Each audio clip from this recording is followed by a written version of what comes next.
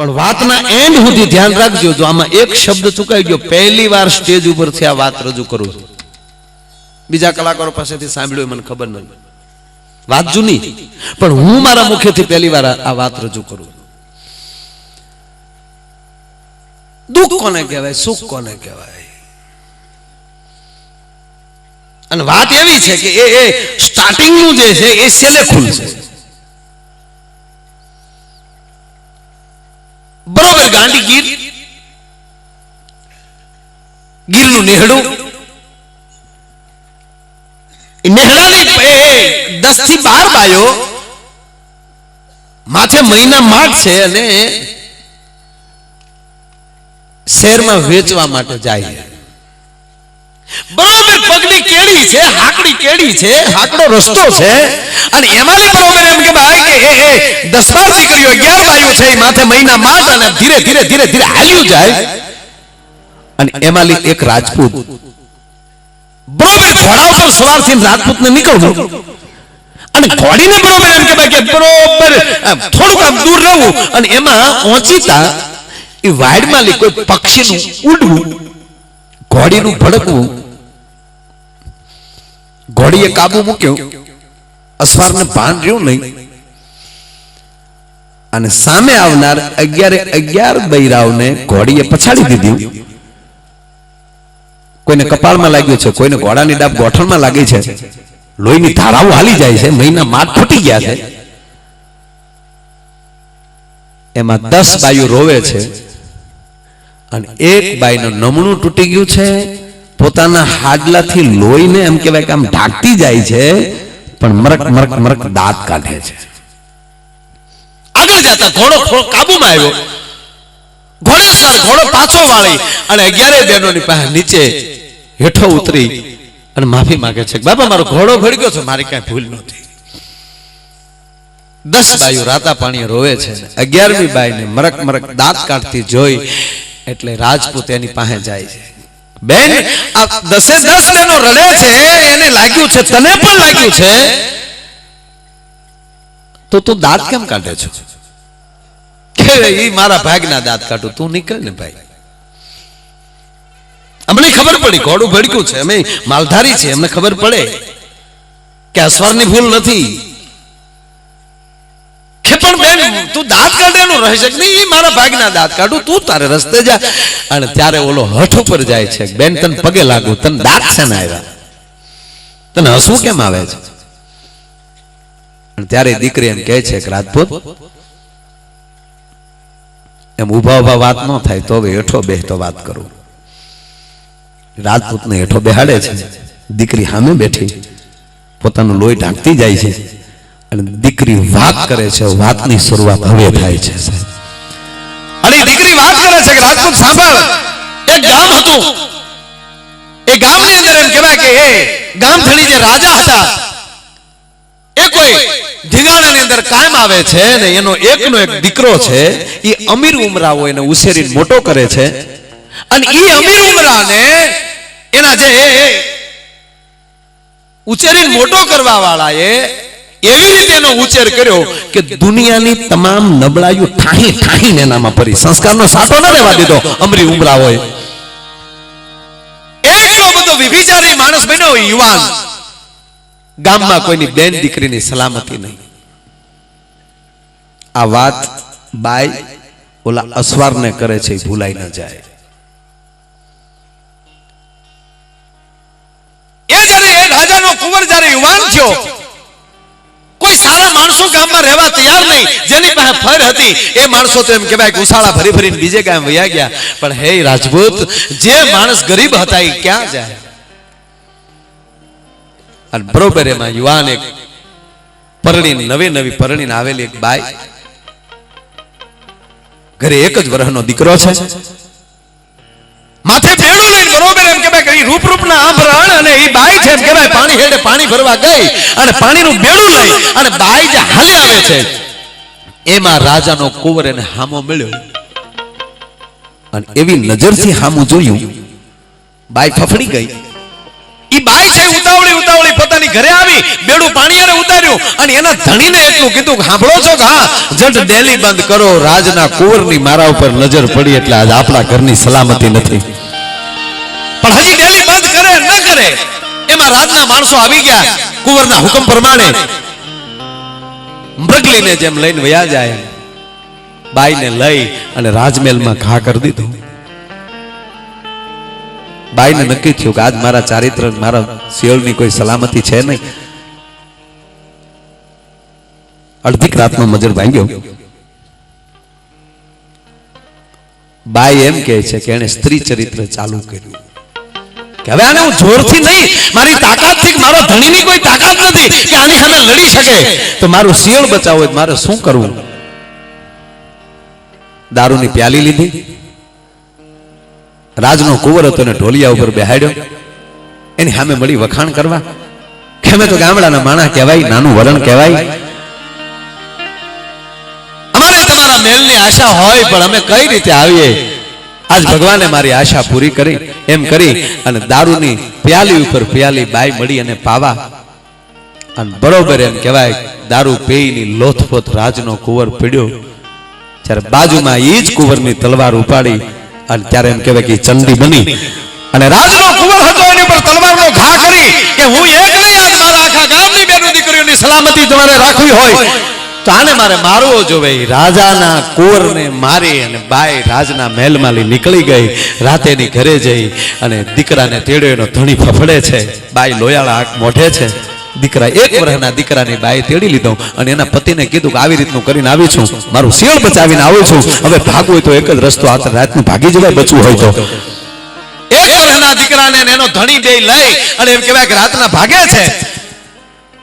પરોઢિયું થવા આવ્યું, રાજની હદ મૂકી દીધી. ધણી એમ કહે છે કે હું ઘણું હાલી ગયા, ઘણું દોડ્યા, હવે અહીંયા રાજના માણસો નહીં આવે, ઘડીક પોરો ખાઈ અને વેરાન વગડામાં એ જંગલમાં એમ કહેવાય બાજુમાં દીકરાને હુવડાવ્યો છે. પતિ પત્ની બે લાંબા થયા, પાણાના ઓશિકા રાખ્યા. પુરુષને તો નીંદર આવી ગઈ પણ આ જગદંબાને નીંદર નહોતી આવતી. ઘટના એવી ઘટે કે બાઈ વિચાર કરે ઘરે રે મારું ભાગ તો જો પરણીને હાલી આવું, 1 વર્ષનો દીકરો થયો અને મારે ગામ હવે અમે ક્યાં જાઉં, આ વગડામાં રંજળીએ છીએ. અને હજી વિચાર કરે છે એવામાં એક ફૂકે નાડાવા ખડ બાળી નાખે એવો કાળોતરો નાગ હાલ્યો આવે છે અને બાઈ હજી હુટકારે ન હુટકારે એટલામાં પોતાના ધણીના પગ ઉપર એમ કહેવાય સાપે ડંખ માર્યો. ક્યાં જાય? ઘડી થયું તો તડફડિયા મારી અને એના પતિનું પ્રાણ પંખેડું ઉડી ગયું. બાઈને એમ છું હવે આને મારે રજળતા મૂકીને કેમ જવાનું, હું અગ્નિ સંસ્કાર આપું. પોતાના ધણીની લાશ પાસે પોતાના પંડના દીકરાને હુવડાવીને બાઈ જંગલમાં લાકડા ભેગા કરવા વહી ગઈ. 1 ભારો લાવી, બીજો ભારો લાવી અને ત્રીજો ભારો લાવવા જાય છે ત્યાં માથા ઉપરલી ભારો પડી ગયો અને સિંહ નીકળી ગઈ બાઈના મોઢામાંથી અને સિંહ નીકળતાની સાથે બાઈ પાગલ થઈ ગઈ. પાગલ એ માટે થઈ ગઈ કે ધણી તો ગુમાવ્યો છો, ગામ ગુમાવ્યો છો ને એક ગડપણની લાકડી, એક દીકરો હાથમાં હતો, એને હાવજ મોઢામાં લઈને જાતો થયો. ચિત્ર બાઈ જોઈ ગઈ, ભારો પડી ગયો. હાય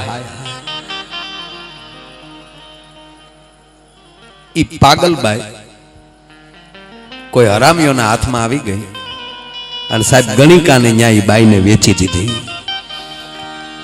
અને બાઈ બરોબર જેવી ભાનમાં આવી, વર્ષો પછી સાધમાં આવી અને આંખ ખોલે છે તો ગણિકાના દરબારમાં બેઠી છે અને પોતાના કપાળ ઉપર મળી મારવા. હાય હાય હાય, જે મારું શિયોળ બચાવવા માટે મેં મારો ઘર બાળ્યું, મારો ધણી ગુમાવ્યો, મારો દીકરો ગુમાવ્યો, છેલ્લે વિધાતાએ મૂકી તો મને આયા. ગણિકાના માલિક હતા અને બોલાવીને દીકરી કહે છે બાપા હું પૂરી રીતે ભાનમાં છું. તારે ન્યાલી જવાબ આપ્યો અમે તને ખરીદી છે, તારા માલિક અમે છીએ. હા તમે મારા માલિક છો, પણ એક મારી શરત છે. ઈ સમયમાં 100 કોરી આપે ઈ મારા ઢોલિયા આવે. માફ કરજો શબ્દની મારામારી છે થોડી. 100 કોરીની વાત આવી એટલે એને સ્વીકારી લીધું અને પછી આ જગદંબાએ માળાનો બેરખો હાથમાં રાખી લીધો છે. અને ઈ સમયમાં 100 કોરી દેનારો કોણ મળે? અને 22 વર્ષ પછી એક યુવાન આવે છે, વણજારાનો છોકરો છે, અને આવીને હો કોરી આપે છે.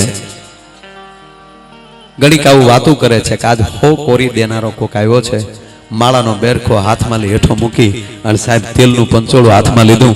જે યુવાન 22 વર્ષનો આવ્યો હતો એને ઢોલિયા ઉપર બેસાડ્યો અને એને માથામાં તેલ મળી નાખવા, અને તેલ નાખતા નાખતા નાખતા બરોબર એમ કહેવાય કે વાડીમાં હાથ ગયો ને વાડીમાં લે આમ જા વાળનો ઝુલફો ઈ યુવાનનો ઊંચો થયો અને રૂપિયાવા લાખું જોયું અને હાથમાં લઈ તેલનું પંચોળું પડી ગયું ને બાઈના મોઢામાં લઈ સિંહ નીકળી ગઈ. દીકરા કહેતાની સાથે સાંભળનાર છોકરો એમ કહેવાય ઠીકરી નાચે એમ ઢોલિયા ઉપર એમ કહેવાય ઉતરી ગયો અને કાટ મેડીના પગથિયા ઉતરી અને જે જગ્યાએ એના વણજારાનો જેમ કહેવાય કબાલો ભીડ્યો છો, તંબુ તાળીને જે ભીડ્યા હતા એ તંબુમાં જઈને જે છોકરાની માં હતી એ છોકરાની માં પાસે જઈને હાથમાં કટાર લઈને એટલું કીધું, માં જટ મને કે મારી માં કોણ છે, નહીં તારા કટાર ખાઈને મરી જાવ. કે ના બેટા તું હું તારી માં છો. નહીં, મારી જણનારી જનેતા કોણ છે એનું પૂછું છું. અને તેથી વણજારાની બાઈ એટલું બોલ્યું છે, ધીરજ રાખ બેટા. 21 વર્ષ પહેલા અમારા વણજારા પોઠું ચારવા માટે ગયેલા અને પરોઢીએ પોઠું ચારીને પહર ચારીને આવતા હતા. એમાં હાવજ તને મોઢામાં લઈને જાતો છો. પરોઢીએ હાવજ મારણ ન કરે, તારા રડવાનો અવાજ સાંભળી અને અમારા વણજારાઓએ ભડાકા કર્યા અને તને હાવજના મોઢામાં લઈ મુકાયો અને જ્યાં જ્યાં દાઢું લાગી હતી ત્યાં દેશી દવા કરી અને તને ઉછેરીને મોટો કર્યો. અને અમારી કરોડોની સંપત્તિનો વારસદાર કોઈ નહોતો એટલે અમે તને અમારો દીકરો બનાવ્યો. બાકી હાચી તારી જનેતા કોણ છે એ મને ખબર નથી. અને આ પુરુષે નક્કી કરી લીધું કે જેને ઢોલિયા બેઠો તો ઈ જ મારી માં હોવી જોઈએ. કાટ કરતો પગથિયા ચડી અને માં જ સામે બેઠી છે એની સામે એને લાગી આવ્યું કોઈ નહીં, મારી જનેતાને ઢોલિયા ઉગ્યો. અને સાહેબ કટાર પેટમાં નાખીને છોકરાએ માની હામાં એમ કહેવાય કે આતરડાનો ઢગલો કરી નાખ્યો. બાઈ નક્કી કર્યું કે ઓહો વર્ષો પછી દીકરો મળ્યો ઈ મેં ગુમાયો. માણસોને કીધું હવે મારા દીકરાની સાથે મારે સતી થઈ જાવ છે, હવે મારે જીવાય નહીં. આ મારા પેટનો દીકરો હતો. નદીના પટમાં સીતા ખડકાણી, અગ્નિ સંસ્કાર શરૂ થયો. દીકરાને દેન દઈ દીધું હતું. પછી જણનારી જનેતા સાહેબ, કારણ કે પતિ હોય તો ભેગું બળી શકાય, દીકરાનું ભેગું ન બળી શકાય એટલે પેલા દીકરાનું દેન દઈ અને પછી બાઈ જાય એમ કહેવાય કે લાકડા ઉપર ચડવા જાય છે અને એમાં ઉપરવા વરસાદ, પૂર આવ્યું. ભાગી જાઓ પૂર આવે છે, ભાગી જાઓ પૂર આવે છે. બધાય ભાગી ગયા. બાઈને તો મરવું હતું, ભાગવાનો સવાલ નહોતો. બાઈ તણાતી ગાંડી ગીરમાં કોઈ નેહડા પાસે એમ કહેવાય ઓવાળમાં નીકળી ગઈ.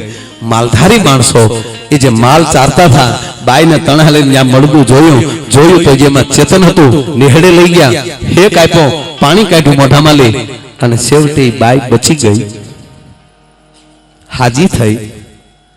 પછી નેહડા વાળાને કીધું, બાપા તમે મને ઉછેરીને મોટી કરી, તમે મારા જીવનદાતા છો તો કંઈક મને કામ આપો. ત્યારે નેહડા વાળાએ કીધું, બેન અમારે બીજું શું કામ હોય, અહીંયા અમારી બાયું જઈ વલોણા ઘૂઘરે છે, ગાયું ધોવાની હોય, બીજું કઈ હોય નહીં, પણ છતાંય તમને એમ લાગતું હોય કે કંઈક કામ આપો. તો આજ અમારી બાયું મહી વેચવા માટે જાય છે, તો તમારે જાવું હોય તો મહી વેચવા માટે જાઓ.